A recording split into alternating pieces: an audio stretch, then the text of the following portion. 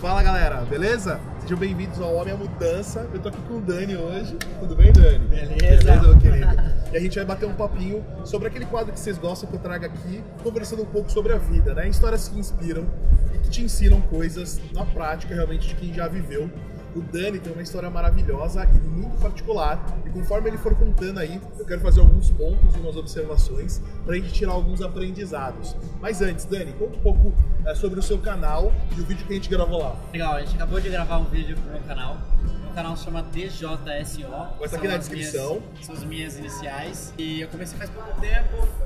YouTube pra mim é um negócio ainda meio novo, assim, mas acho que tá ficando bem legal. Acho que o conteúdo tá ficando bem bacana. Eu espero que vocês acessem lá e que vocês gostem dos vídeos e que, enfim, seja útil de alguma maneira pra vocês. Gente, a gente falou um pouco sobre pressão, um pouco sobre ansiedade. Foi um vídeo daqueles que vocês gostam bastante, bem conceitual, com insights bacanas. Então, depois acesse o primeiro link aqui na descrição, vai conhecer o canal do Dani lá, ver o nosso vídeo e vários outros que realmente são muito bacanas. Beleza, então, Dani, começa aí do início, conta um pouco sobre quem é você, sobre a sua vida, um pouco sobre essa jornada que você está trilhando aí. Eu sou de Bragança Paulista, interior de São Paulo, cidade da linguiça, capital brasileira da linguiça, ilustre reconhecimento desse município. Eu venho de uma família bastante grande, eu sou o filho mais novo de 11 irmãos. 11 irmãos, galera. Uma família bastante simples também. Meu pai se aposentou como contínuo de uma agência bancária. Hoje ele tem 94 anos, tem uma saúde de ferro, tá super bem.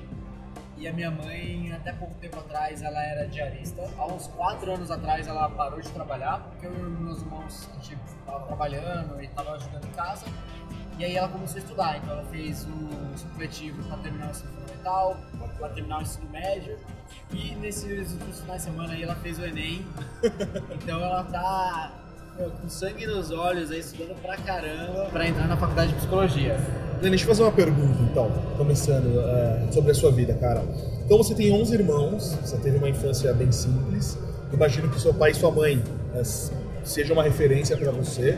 Quais foram as coisas mais importantes que eles te ensinaram e que, porra, hoje compõem o seu caráter como homem? Assim? É difícil esse negócio aqui, hein? Cara, vamos lá, meu pai, ele foi seminarista por muitos anos, tentou ser padre várias vezes.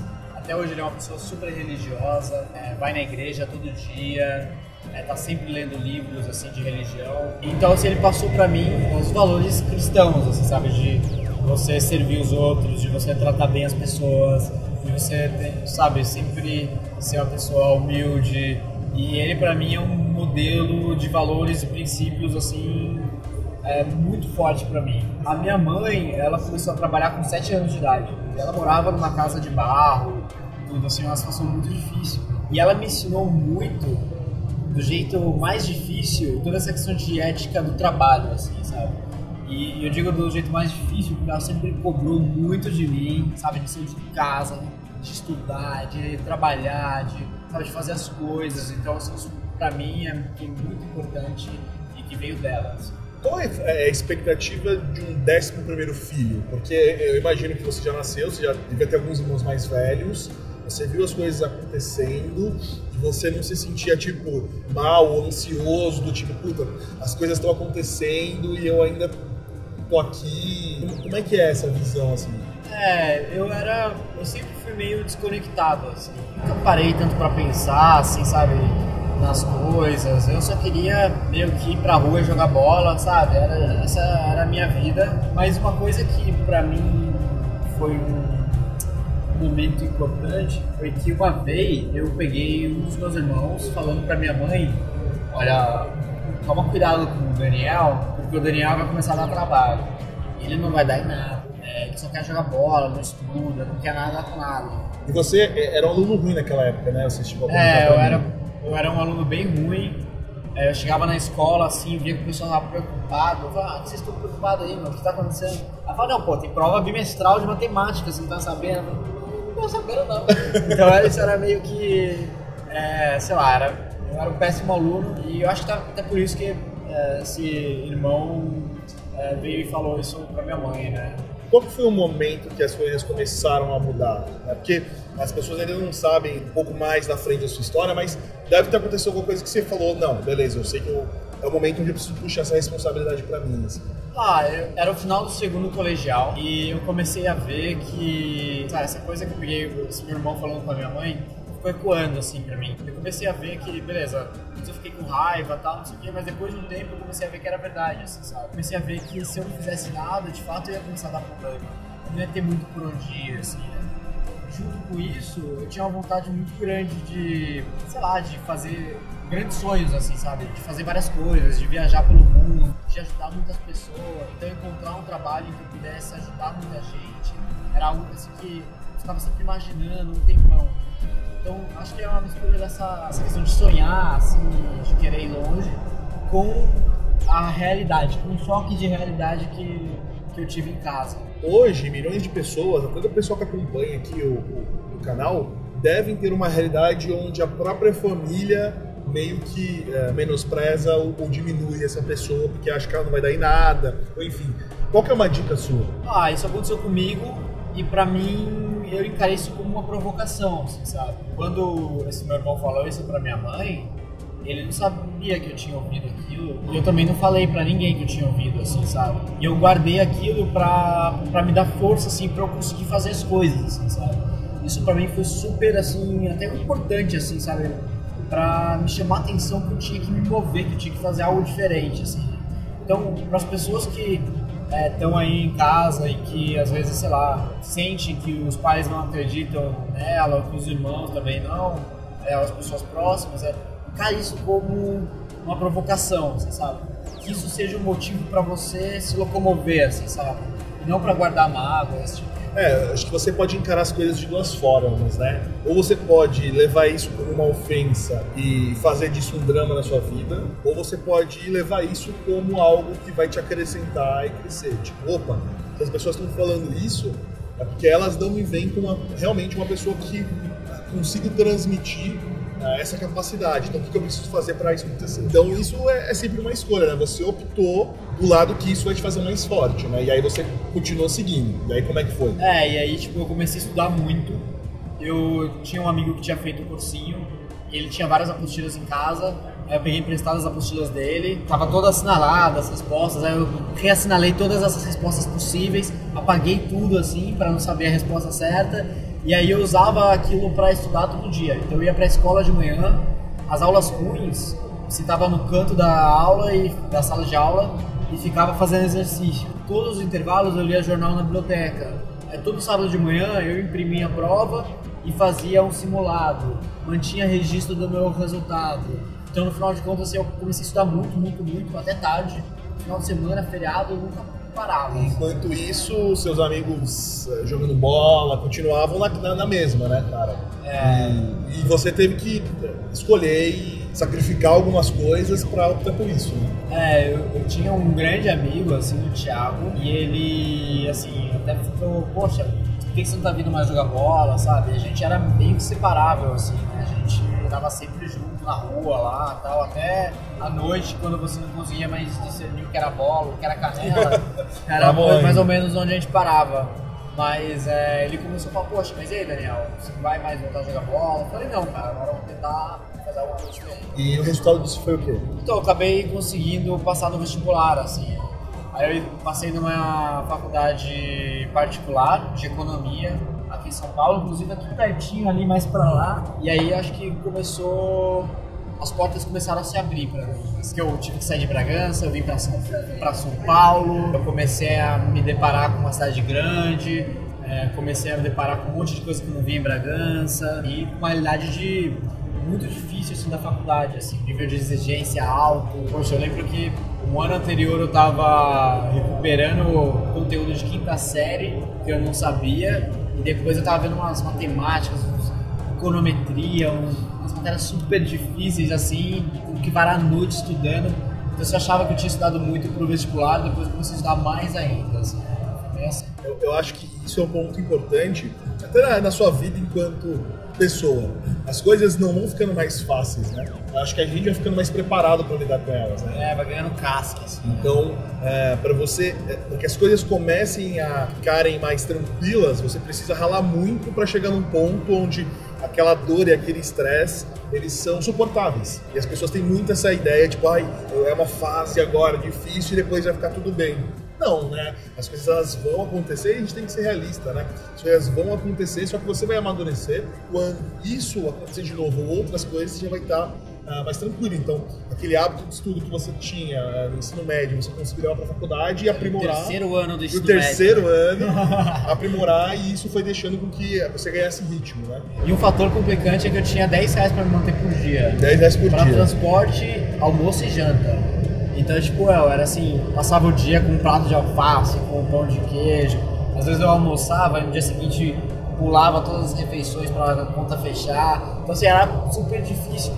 E na faculdade onde eu estudei, tinha muita gente com condições muito boas. Sim. Então eu olhava pro lado, eu tava chegando na faculdade suado, assim, sabe, busão lotado. E aí eu olhava pro lado, assim, eu via um amigo chegando de carro importado, sabe? Você se sentia injustiçado? Pra caralho, assim, sabe? Eu falo, isso aqui não faz sentido, assim, sabe? Por quê? Por que eu tinha que, sabe, passar por um perrengue que os outros não tinham? Mas eu também, ao longo do tempo, comecei a conhecer essas pessoas e eu comecei a ver também que elas são pessoas boas, assim, sabe? Elas não tinham culpa daquilo, né? E que, poxa, elas muitas vezes passavam em perrengues, assim, diferentes dos meus, mas também muito difíceis, assim. Você conseguia ter um nível de afinidade, de proximidade grande com cada um deles. Pô, você conhecia as histórias e você via que várias coisas aconteciam. Pô, o cara pode ter dinheiro infinito, mas às vezes, pô, tem um problema familiar super complexo, tem um tipo de dificuldade que talvez sejam até mais difíceis que as dificuldades que você está passando, não sei. Talvez nem dê para comparar, mas ninguém passa por esse mundo, sabe, numa vida cor-de-rosa. Assim. Todo mundo, independentemente das condições financeiras e tal, passa por dificuldade, aprende errando. Cada um carrega a sua cruz, né, cara? E esse é um ponto muito importante, que é justamente isso. Você se sentir mal e falar assim, puta, aquele cara tem a vida perfeita tal, e eu não. Então são milhões de outros fatores que você deveria focar muito mais na sua vida do que na dos outros, né? Mas e aí, você se formou lá? Eu me formei, durante a faculdade consegui fazer intercâmbio, trabalhava, estudava, eu morei na Suíça há 1 ano. Não, mas aí você tá falando isso como se fosse algo natural, normal, simples, conseguir intercâmbio, não. Assim, vamos lá, eu passei 6 meses procurando intercâmbio que eu pudesse ter bolsa de estudos. Sim. E que eu pudesse trabalhar ao mesmo tempo. E aí quando eu consegui encontrar essa oportunidade, consegui ser aprovado, poxa, eu busquei ajuda financeira de um monte de gente, passava alguém com carro bonito, eu pedia dinheiro pra conseguir pagar passagem, visto, não sei o que, então foi duro, assim, foi difícil, foi bem brigado pra conseguir fazer esse intercâmbio, mas como era algo que eu queria muito fazer, e, sei lá, eu botei na minha cabeça, eu fui lá e tentei fazer. Então a falta de dinheiro não foi a desculpa pra isso acontecer, né, cara? Assim, eu nunca achei que eu deixaria de fazer as coisas por falta de dinheiro, algum jeito eu ia dar, assim, sabe? Então isso é o que eu sempre pensei desde pequeno. Desde criança, pequeno eu ainda sou. Eu 1,58 m, né? E aí você ficou 6 meses na Suíça? Eu fiquei 1 ano lá. Voltei para a faculdade, me formei, estagiei no banco de investimentos. Certo. E foi até uma fase dura, porque buscar emprego não é fácil. E eu lembro que eu pedia dica para minha mãe. Ela falava, vou acender uma velhinha, vai lá, boa sorte.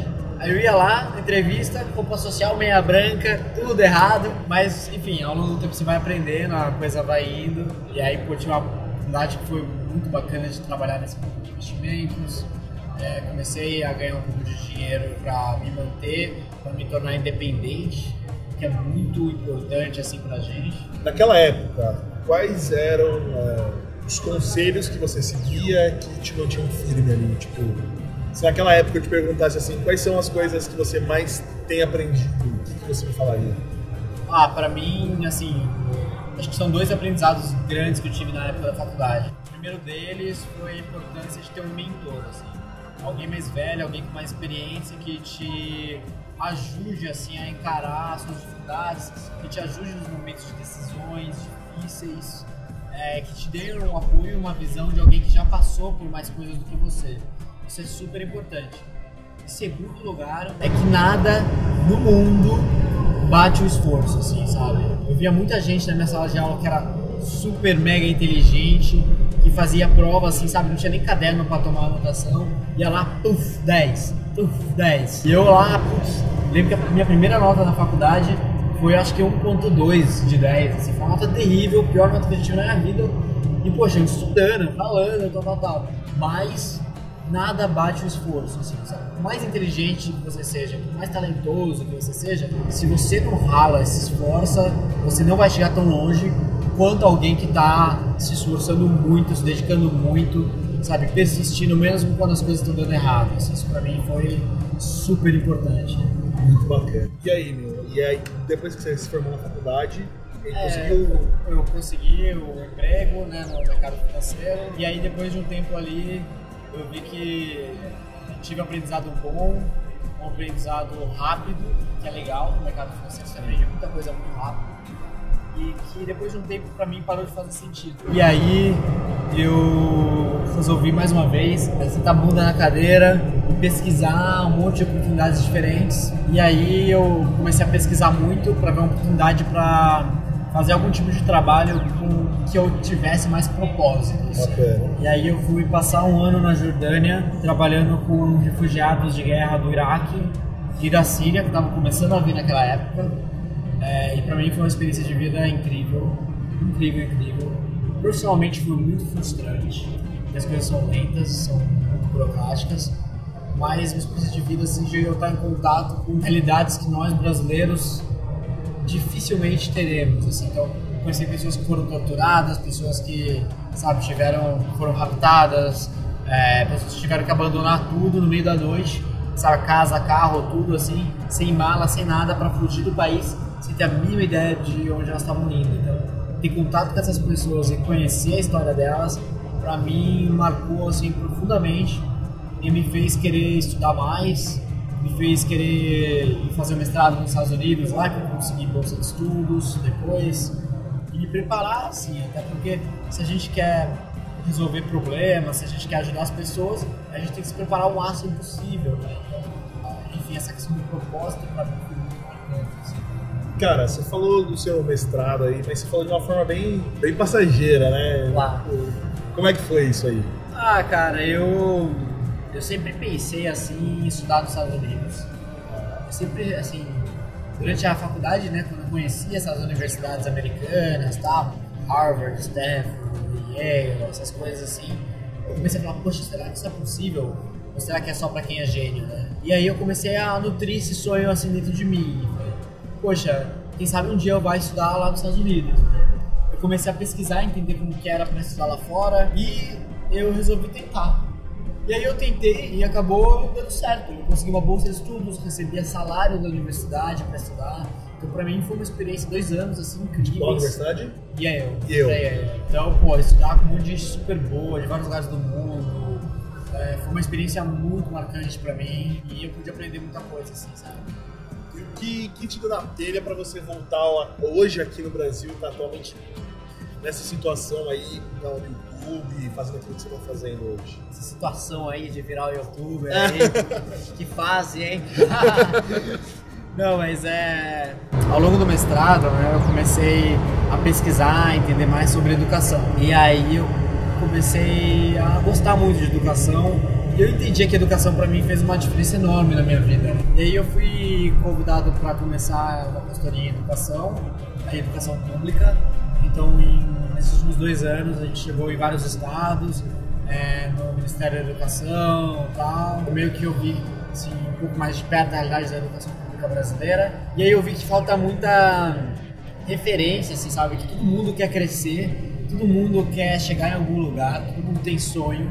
Só que, sei lá, às vezes não é nem na família, às vezes não é nem na escola que ele vai conseguir encontrar isso, né? Vai ser no canal do Rafa, né? E eu falei assim, poxa, então, sei lá, eu posso fazer alguma coisa assim que meio que ajude também essa galera a chegar lá, sabe? E tentar passar aprendizados que eu tive ao longo do caminho. E aí que eu tive essa ideia de fazer o canal no YouTube. Pra tentar alcançar. E pra mim, né, eu sou economista, tal, aquela coisa. não sou muito dessa geração de pessoas que já cresceram com o YouTube, né? Então, pra mim, esse negócio, assim, é um outro mundo, mas que tá sendo uma experiência muito bacana, né? Tem a ajuda do Léo pra gravar os vídeos e tal, brother aí, e, poxa, tem sido uma experiência bem legal, assim, de meio que dar a cara a bater, porque é muito difícil você soltar um vídeo assim, você se sente vulnerável, assim, pra caramba. Também de, enfim, assim, de tentar rever, assim, quais são as coisas que eu acredito, quais são as coisas que eu aprendi ao longo do caminho, e que eu acho que são úteis, assim, para as pessoas que estão vindo atrás, para as pessoas que, sei lá, que querem crescer, assim, também. É mais ou menos assim. Show de bola. Dani, conta pra gente 3 coisas que você aprendeu aí na sua história de vida que a gente pode propagar pro pessoal.